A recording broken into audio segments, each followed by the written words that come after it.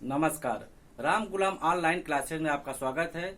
आज हम लोग अध्ययन करेंगे गोखले बिल या गोखले विधेयक। इसके पहले हम लोगों ने पढ़ा 1902 में जो शिमला आयोग के बारे में, इसको हम रैले आयोग भी कहते हैं, जो विश्वविद्यालय के शोध कार्य को प्रोत्साहन देने के लिए एक नई दिशा के रूप में काम किया और शोध को या अर्थात रिसर्च को प्रोत्साहन देने के लिए उसमें विभिन्न प्रावधान थे।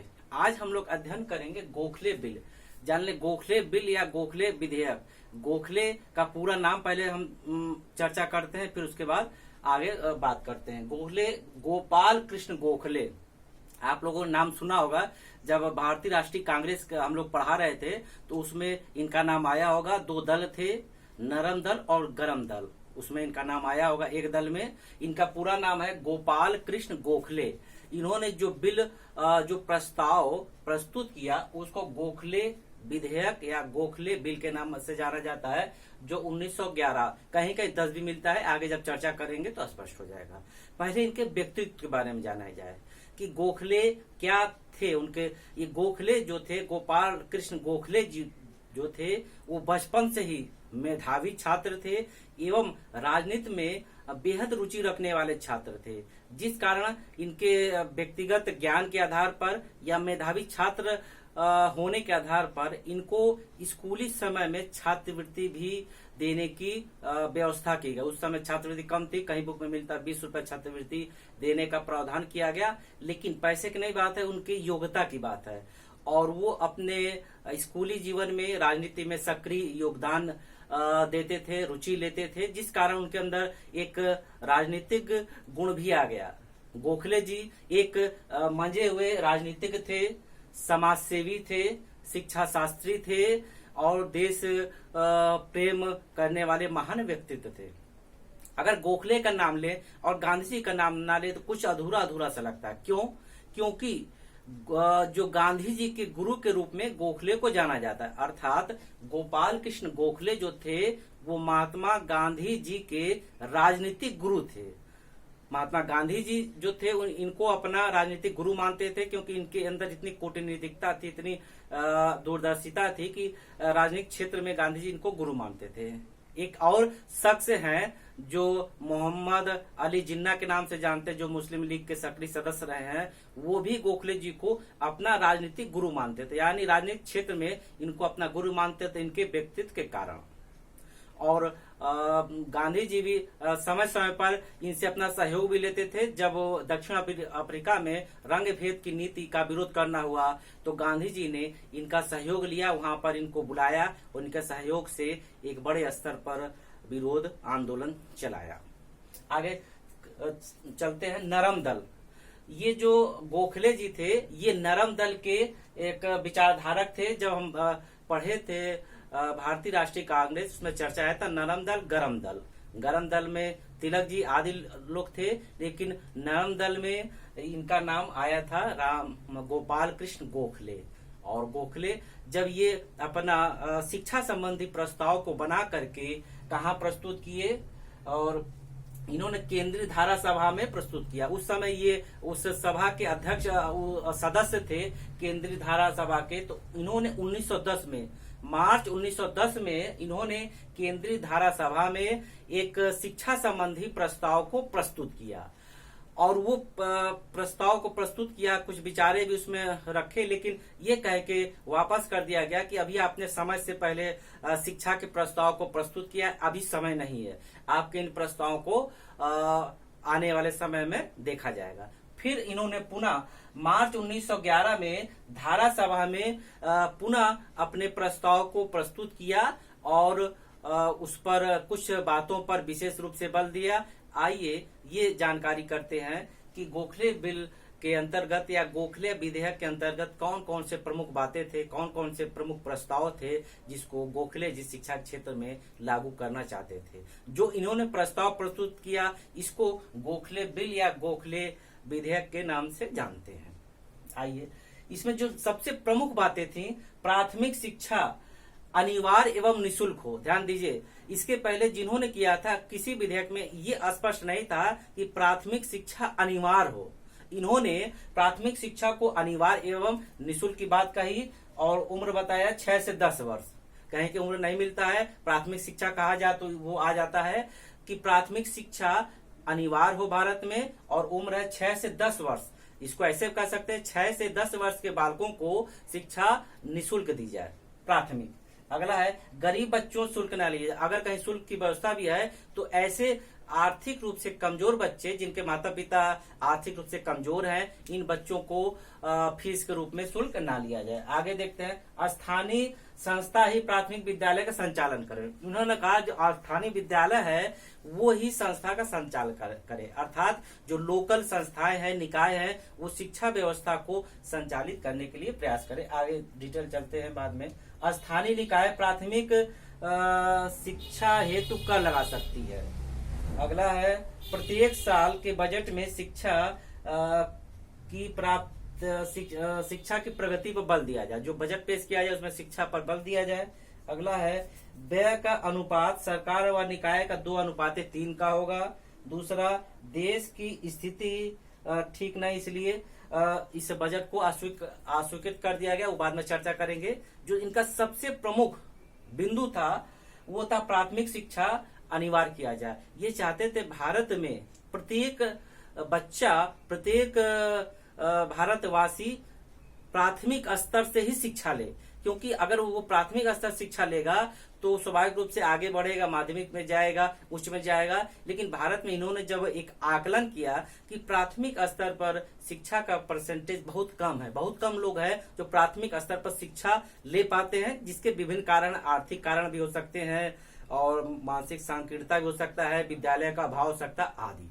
तो इन्होंने जो महत्वपूर्ण काम किया है बिल में, जो अनिवार्य रूप से कि प्राथमिक विद्यालय में बच्चों की शिक्षा अनिवार्य हो। दूसरा है गरीब बच्चों शुल्क ना लिया जाए। यदि शुल्क की व्यवस्था है तो गरीब बच्चे हैं, जो आर्थिक रूप से कमजोर बच्चे हैं, उनको पढ़ाई के लिए आगे बढ़ाया जाए, शुल्क ना लिया जाए, एवं उनको आगे बढ़ने के लिए छात्रवृत्ति की भी व्यवस्था की जाए। जैसे आजकल भी होता है, जो मेधावी छात्र होते हैं और या आर्थिक स्तर पर ऐसे छात्र होते हैं, उनको शिक्षा में बाधा ना आए, इसलिए छात्रवृत्ति की व्यवस्था की गई कि वो आगे बढ़ते रहें, अपनी योग्यता को दबाए ना, इसलिए छात्रवृत्ति की व्यवस्था की बात भी इन्होंने स्वीकारी है। अगला है स्थानीय संस्था ही प्राथमिक विद्यालय का संचालन करे।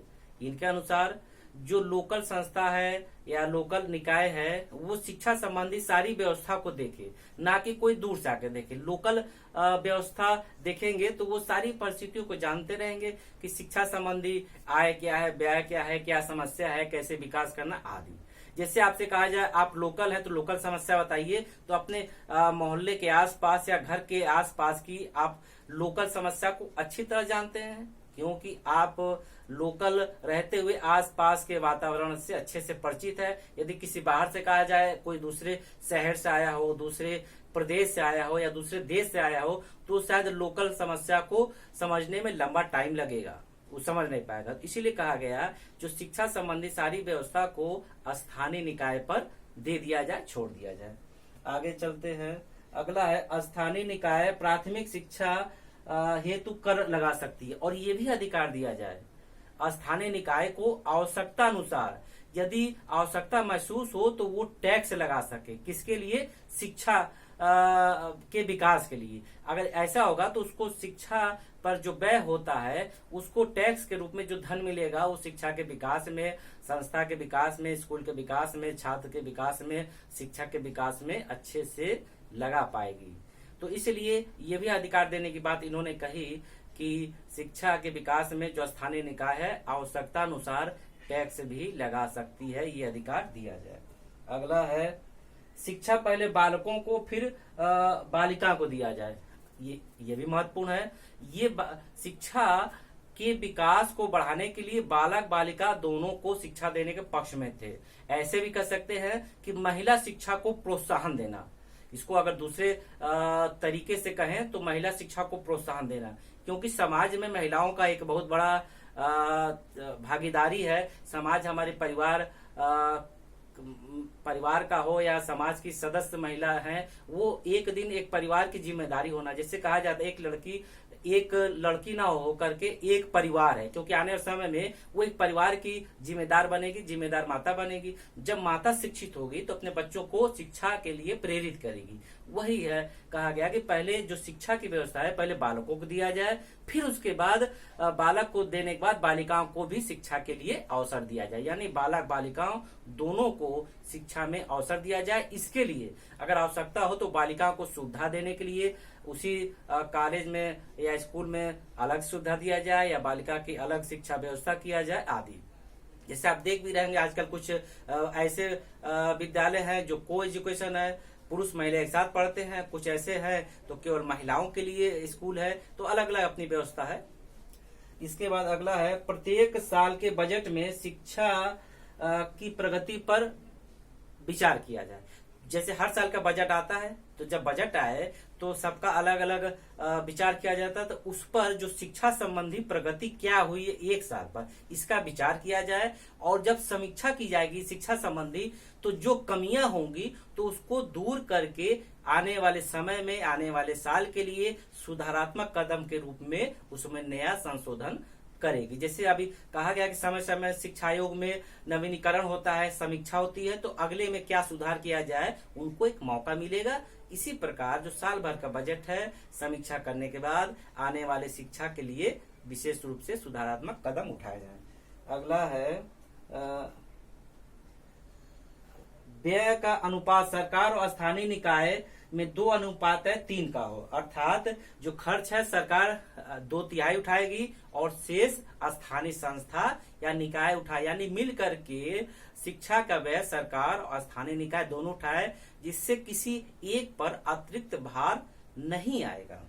अगला है इसके बाद देश की, ये जब बजट प्रस्तुत हुआ, ये प्रस्ताव प्रस्तुत हुआ, ये तो उस समय के जो सभा थी तो उन्होंने ये कहा कि आप जो बजट लाए हैं इतने बड़े भारत विशाल देश में, जनसंख्या वाले देश में हम शिक्षा निःशुल्क नहीं कर सकते, क्योंकि हमारी आर्थिक स्थिति इस योग्य नहीं है कि हम सभी बच्चों को या स्कूल में सभी लोगों को निःशुल्क शिक्षा दें। एवं ये किसी भारतीय तरफ से भी ऐसी मांग भी नहीं की गई है या ऐसी व्यवस्था भी नहीं लोग चाहे हैं कि हम इस प्रकार की व्यवस्था दे प्राथमिक शिक्षा को अनिवार्य या निःशुल्क बनाने के संबंध में। इसका मतलब ये था, ये जो प्रस्ताव थे इन प्रस्तावों को ये कह करके संबंधित समिति ने अस्वीकृत कर दिया कि अभी हमारे स्थिति ठीक नहीं है, भारतीयों की मांग नहीं है, या अभी अनुकूल नहीं है, हम इसलिए इस मांग को नहीं मान सकते। उस समय तो इनके प्रस्ताव को अस्वीकृत कर दिया गया, लेकिन आने वाले समय के लिए एक ऐसा द्वार खुला शिक्षा क्षेत्र में जो प्राथमिक शिक्षा को अनिवार्य एवं निःशुल्क बनाता। आज हम देख सकते हैं प्राथमिक विद्यालय जो सरकारी है, शायद इसी का प्रयास कह सकते हैं कि प्राथमिक स्तर पर शिक्षा को निःशुल्क बनाया गया कि भारत में अधिक से अधिक लोग क्या करें, शिक्षा लें, क्योंकि शिक्षा का परसेंटेज बहुत कम हो गया था, एकदम नीचे गिरता जा रहा था। तो शिक्षा को बढ़ाने के लिए अनिवार्य शिक्षा किया जाए, निःशुल्क किया जाए, और कोई अभिभावक ऐसा नहीं करता तो उसके खिलाफ कार्रवाई भी किया जाए, जिस प्रकार से शिक्षा को प्रोत्साहन मिले। इस प्रकार हम देखते हैं गोखले जी के प्रस्ताव में एक विशेष बात है कि प्राथमिक शिक्षा को अनिवार्य किया जाए और महिला शिक्षा को प्रोत्साहन किया जाए। अन्य भी इनका विचार था। तो इस प्रकार हम जान सकते हैं कि गोखले बिल का एक प्रस्ताव प्रस्तुत किया गया, लेकिन राजनीतिक कारण से अस्वीकृत हो गया। इस अध्याय में हम लोगों ने जाना, इस बिल के अलावा तो चर्चा में हम लोग चर्चा की है, इसके अलावा गांधी जी के राजनीतिक गुरु का नाम गोपाल कृष्ण गोखले। हाँ, एक और बात बताते, इन्होंने सर्वेंट ऑफ इंडिया सोसाइटी की स्थापना की, जो एक समाजसेवी संगठन था, जो 1905 में सर्वेंट ऑफ इंडिया सोसाइटी, और इसको कह सकते हैं भारत सेवक समिति। भारत सेवक समिति के माध्यम से शिक्षा क्षेत्र में इन्होंने काम किया एवं विभिन्न विद्यालय खुलवाए और ऐसे नौजवान को इसमें आमंत्रित किया जो सेवा करना चाहते हो आजीवन। तो इस प्रकार हम देखते हैं ये विभिन्न प्रकार से समाज की सेवा के लिए, शिक्षा के लिए विभिन्न प्रकार से काम किए। इसके आगे हम लोग इसके आगे का आयोग का अध्ययन करेंगे। नमस्कार।